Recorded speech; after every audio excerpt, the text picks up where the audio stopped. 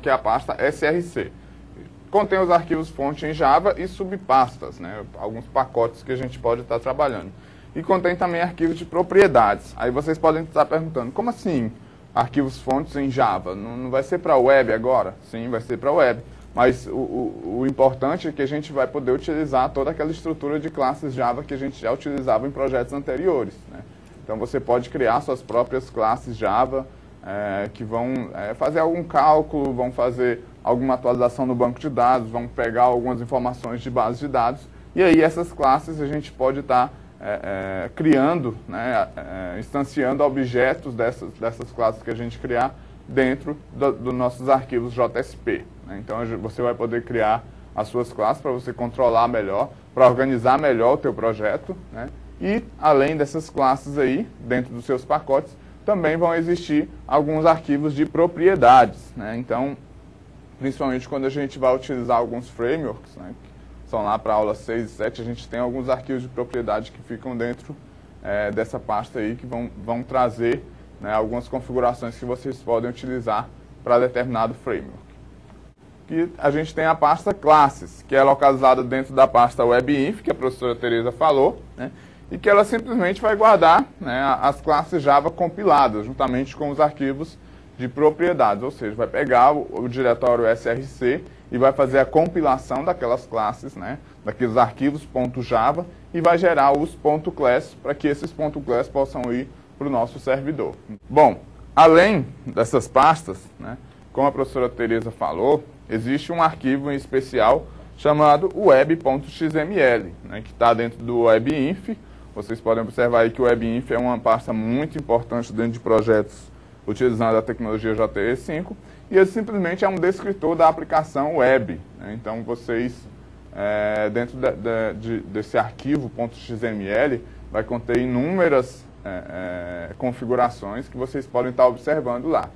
É lógico que tem duas formas de você, principalmente no NetBeans, tem duas formas de você visualizar esse arquivo. O NetBeans traz uma interface gráfica para você editar esse arquivo, ou seja, mudar as propriedades lá utilizando uma interface gráfica, ou você pode abrir o arquivo em texto puro, né, e você visualizar o XML. Com relação à página inicial, lá vai ter um campo para isso, para você definir qual é o nome do arquivo que vai ser a página inicial do teu projeto. Vai ser uma ou vão ser mais de uma página aí. Nesse caso, você vai estar especificando cada uma delas. Com relação à sessão, o limite, né, dessa página, quanto tempo, qual o limite da sessão?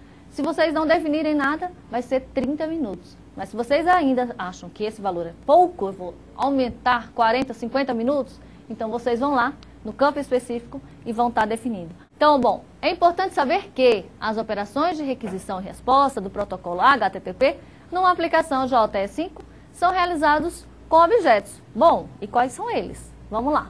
Esses objetos são o request, que vem lá do HTTP Server Request, e do Response, que é o HTTP Server Response.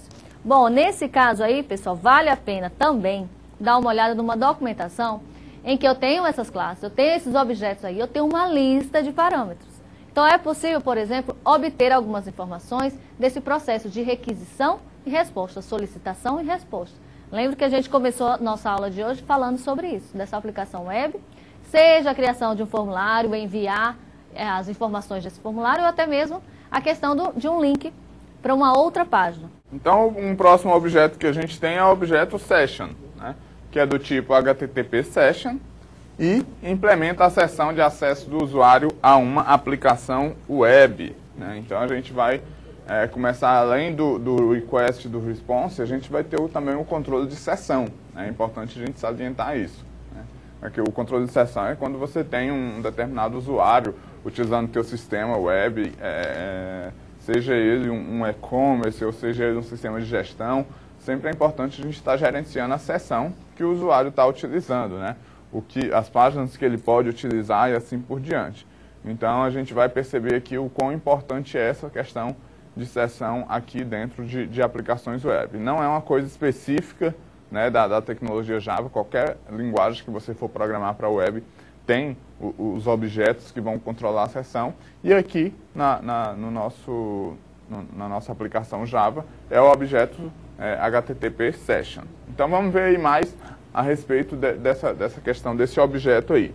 Ele simplesmente provê caminho para identificar um usuário por meio de mais de uma página web, né? Ou seja, você de uma página para a web, né, utilizando os protocolos normais, por exemplo, utilizando só HTML, você não tem como guardar estados de alguma variável, alguma coisa.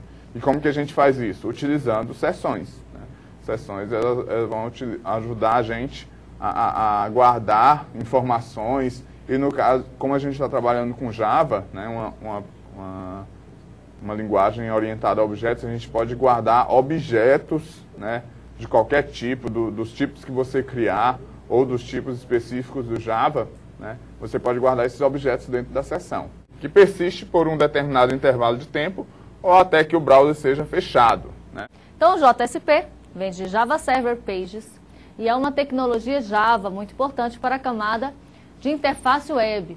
Essa linguagem ela é direcionada para a construção de páginas web de um formato dinâmico. Lembram até que eu comentei no início da nossa aula a questão do HTML para conteúdos estáticos.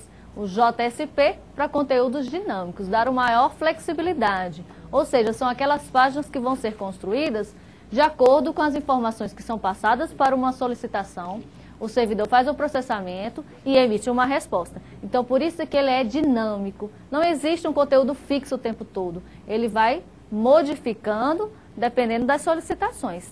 Então, é esse o nosso foco. Está trabalhando agora com páginas web com conteúdo dinâmico, que é agora essa nova evolução. A questão de conteúdo fixo, pode ter conteúdo estático? Pode, mas não é o foco que se tinha. Né? Antigamente era só isso que se tinha, mas hoje a gente quer algo muito mais flexível e que tenha uma interação maior, modificações. Beleza.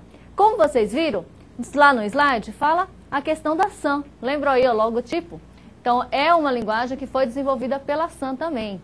Dá uma olhada, quando vocês estiverem na net, procura lá na Sun, que vocês vão ver uma documentação, lembrando, semelhante à do Java. Tem toda uma especificação, tem classes, tem métodos, falam a questão das tags. Da mesma forma que tem do Java, tem do JSP. Eu acho que vale a pena vocês gastarem um tempinho, dar uma olhada nessa documentação, nessa especificação, para saber, né, ter uma ideia como um todo dessa linguagem.